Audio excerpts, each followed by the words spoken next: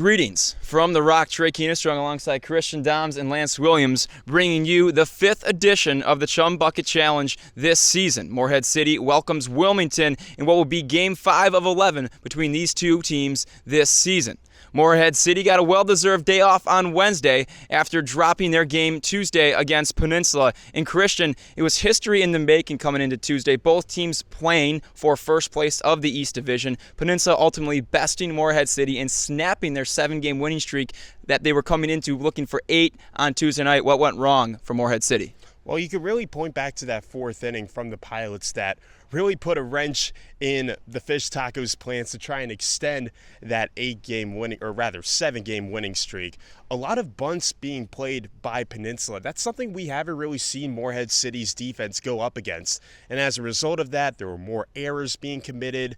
The Pilots' bats were taking advantage of those mistakes in the field. You think to a guy like Chris Martinez, who had a home run in this game, as well as going 3 of 5 from the plate. Then Cole Kuntz as well for Peninsula. Went 5 1/3 inning, had a really solid start, really set the tone for the Pilots pitching staff that, save for that last part of the game where Ronan Donahue went yard, really kept this Marlins offense at bay.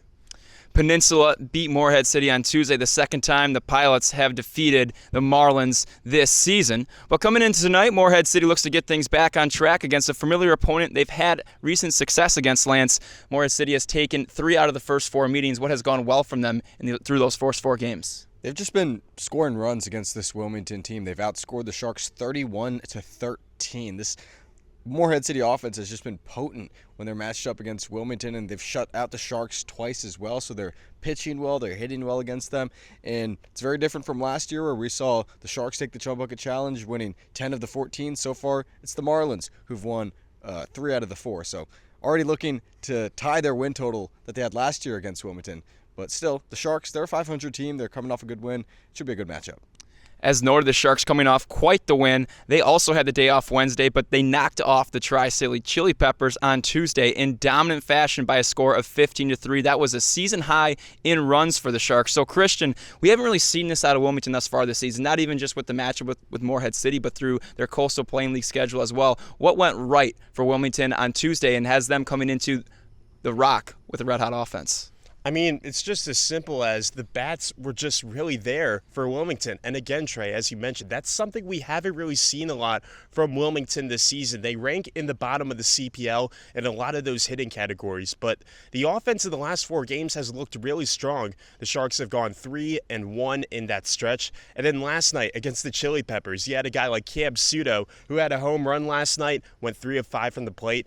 I think he's really going to be the key piece for the Sharks tonight against the Marlins. He's looked really strong in some of the games they've played against this season. And then you also have going up against his teammate, Nate Anderson. They were both at Kennesaw State. They both hit for some power this past season for the Owls. Both eclipsed that double-digit home run mark. So it's always fun to see 2 guys on the same college go up against each other in the CPL. And I think Pseudo is going to have a really strong game tonight. Wilmington looking to take the hot bats into tonight's contest against a Morehead City team that up until recent had been one of, if not the best offensive group in the CPL. So, Lance, on the defensive side of things, Nick Surse getting the nod tonight for Morehead City. This is his 3rd start of the season, his 4th appearance. He's been lights out. There's nothing really special about his stuff, nothing that jumps off the page, but he's been consistent. Why has that been? Yeah, you're right. He hasn't been blowing you away with his velocity. It's not really taking up the numbers there on the gun, just 86, 87 mile per hour fastball, but he's mixing in the slider. I know he's throwing the sinker a couple times. It's really just dotting the zone. He has great placement on that fastball, and it's been astonishing what he's done this season. He's retired all 16 batters he's faced. He struck out 5 batters. He'll, go against this Wilmington team that struggled offensively, and I think he's poised to succeed tonight.